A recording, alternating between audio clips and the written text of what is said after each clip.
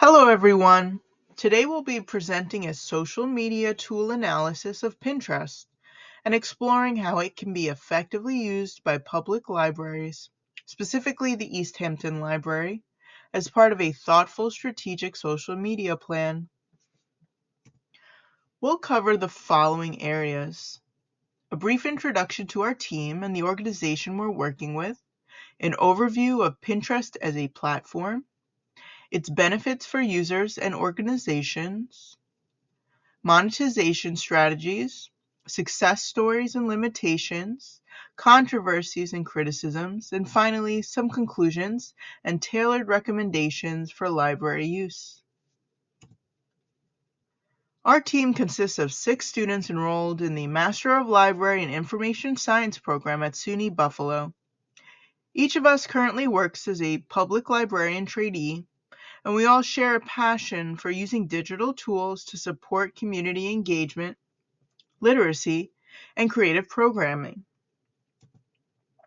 For this presentation, we're focusing on the East Hampton Library, located in Long Island, New York.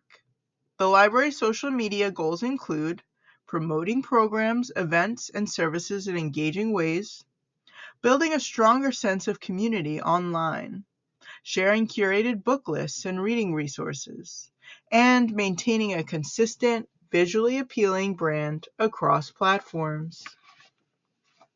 Unlike many social platforms, Pinterest centers on inspiration, not interaction. Users collect and organize links, images, and ideas into themed boards that serve as planning tools. Instead of a timeline filled with posts from friends, Pinterest shows users search-based, visually curated content based on what they're interested in, making it a hybrid of social media, a search engine, and a digital mood board. This planning-based structure aligns well with how libraries function: forward-thinking, organized, and centered around sharing knowledge and resources. Pinterest was founded in 2010 by Ben Silbermann, Evan Sharp, and Paul Ciara. Today it has over 578 million monthly active users, the majority of whom identify as women and fall within the millennial and Gen Z age ranges. Pinterest continues to evolve from a simple bookmarking tool into a powerful platform that blends personal creativity, e-commerce, and professional branding. Users are drawn to Pinterest because it offers a highly customizable and goal-oriented experience. Each user curates their feed by creating themed boards where they save pins that include images, links, and ideas. These boards can be made public or private, giving users full control over how they organize their interests. From a user perspective, the experience feels intuitive and personal. But from a marketing and organizational perspective, this system is powerful for increasing brand visibility and awareness. Because Pinterest's search algorithm is based on keywords, images, and user behavior, even a small organization's content can become discoverable by new users over time. Importantly, each pin includes an external link, allowing users to easily access more information, register for events, or explore library services beyond the platform. For libraries, this means Pinterest can serve as a traffic driver to program pages, catalogs, and digital resources, enhancing both visibility and engagement. Pinterest functions much like a visual search engine. When users search for topics like library programs, they're offered filters to refine results, like age group or seasonality.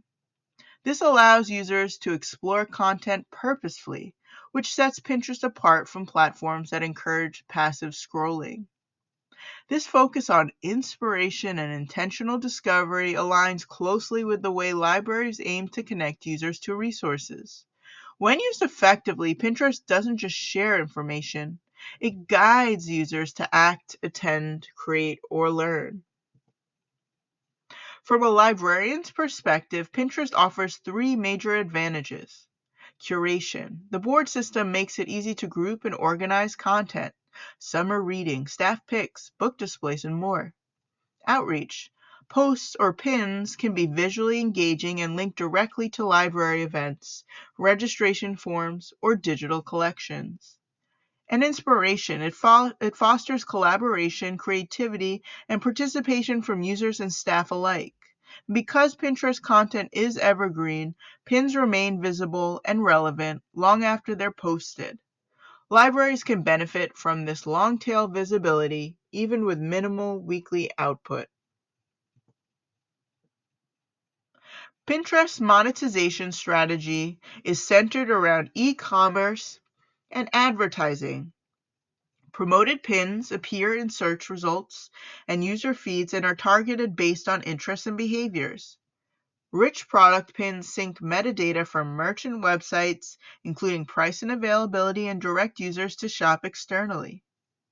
Affiliate marketing and brand partnerships let creators earn revenue through product referrals and links. Pinterest previously had a Buy It button that allowed for in-app purchases. However, it was phased out in favor of directing users to other retailer websites, which gave brands more control over the sales experience in general.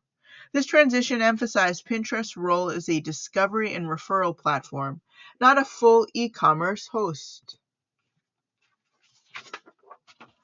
User experience on Pinterest varies depending on engagement levels and privacy preferences. Users who regularly interact with pins receive more personalized recommendations and advertisements. The algorithm becomes smarter over time, serving content aligned with the user's interests and encouraging further exploration. However, users who prioritize privacy or use the app infrequently may encounter irrelevant or repetitive content, which can reduce the platform's overall usefulness. Since Pinterest blends ads into the feed seamlessly, this difference in experience can go often unnoticed, but it does significantly affect the quality of engagement. To effectively integrate Pinterest into its social media strategy, we recommend that the East Hampton Library use rich pins that include all critical event details like date, time, location within the graphic itself, since many users won't click through. Create visually consistent boards organized by age group, program theme, or subject area. Maintain a consistent posting schedule to stay algorithmically relevant. Utilize design tools like Canva to produce polished, visually appealing graphics. And monitor analytics and adapt content based on performance. By focusing on strategic visuals and keyword optimization, the library can boost discoverability and connect with new audiences beyond its immediate geographic community. Pinterest is also a great fit for education and nonprofit organizations. It offers long-lasting visibility, high engagement with resource-based content, tools for seasonal and trend-driven planning, and built-in searchability for key terms like book recommendations, STEM activities, or children's programming. Libraries already produce content that fits these categories. They just need a platform that helps amplify it visually and intentionally. Let's look at a successful brand example. Maybelline's Collages Remix campaign generated a significant spike in Pinterest searches by embracing visual trends and interactivity.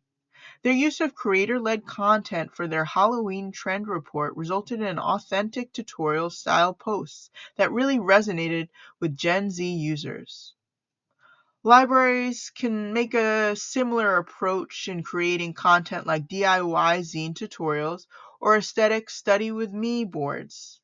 These not only showcase library resources, but also position the library as a creative, youth-friendly space. Another strong example is IKEA's vacation quiz campaign, where users answered questions to receive personalized Pinterest boards. The campaign emphasized dreaming, planning, and finding products that fit one's lifestyle. Libraries could replicate this by designing quizzes like Your Ideal Reading Nook or What Genre Matches Your Mood, and follow up with curated book boards. This kind of interactive content deepens engagement and can even draw new patrons into the physical or digital space. Despite its benefits, Pinterest has also faced many criticisms. Internally, it's been challenged by allegations of workplace discrimination, particularly regarding gender and race. These cases revealed cultural gaps between Pinterest's public image and internal practices. Externally, Pinterest has also struggled with copyright issues, misinformation, and account suspensions triggered by overly aggressive automated moderation. These raise important questions about content governance and platform accountability. Because Pinterest is algorithm driven and image based, visual content is often stripped of its original context.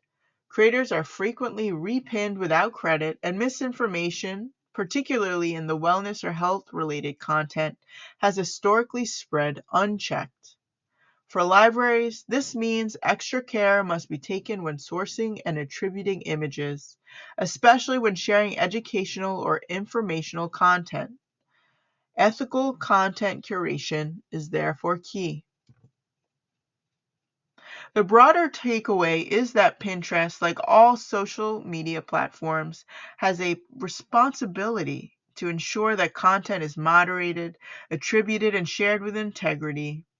At the same time, organizations using the platform must understand its strengths and limitations. Pinterest is best viewed as a tool for discovery, inspiration, and long term engagement rather than fast paced interaction. Pinterest is not ideal for every organization. Platforms with complex or text heavy messaging, like legal or financial agencies, may struggle to adapt their content visually. Additionally, some demographics remain underrepresented on Pinterest, limiting reach for certain audiences. However, for libraries, especially those with existing visuals, programs, and displays, Pinterest offers a unique opportunity to engage and to inspire. In conclusion, Pinterest is a powerful platform for organizations that specialize in visual storytelling and public engagement. For the East Hampton Library, it offers a sustainable, creative, and strategic way to promote events, showcase collections, and deepen connections with the overall community. Used thoughtfully, Pinterest can become a central piece of a library's digital outreach strategy, offering value long after a pin is first published. If you'd like to learn more about this topic, we've included a helpful list of references and tools for further explanation. Thank you so much for listening.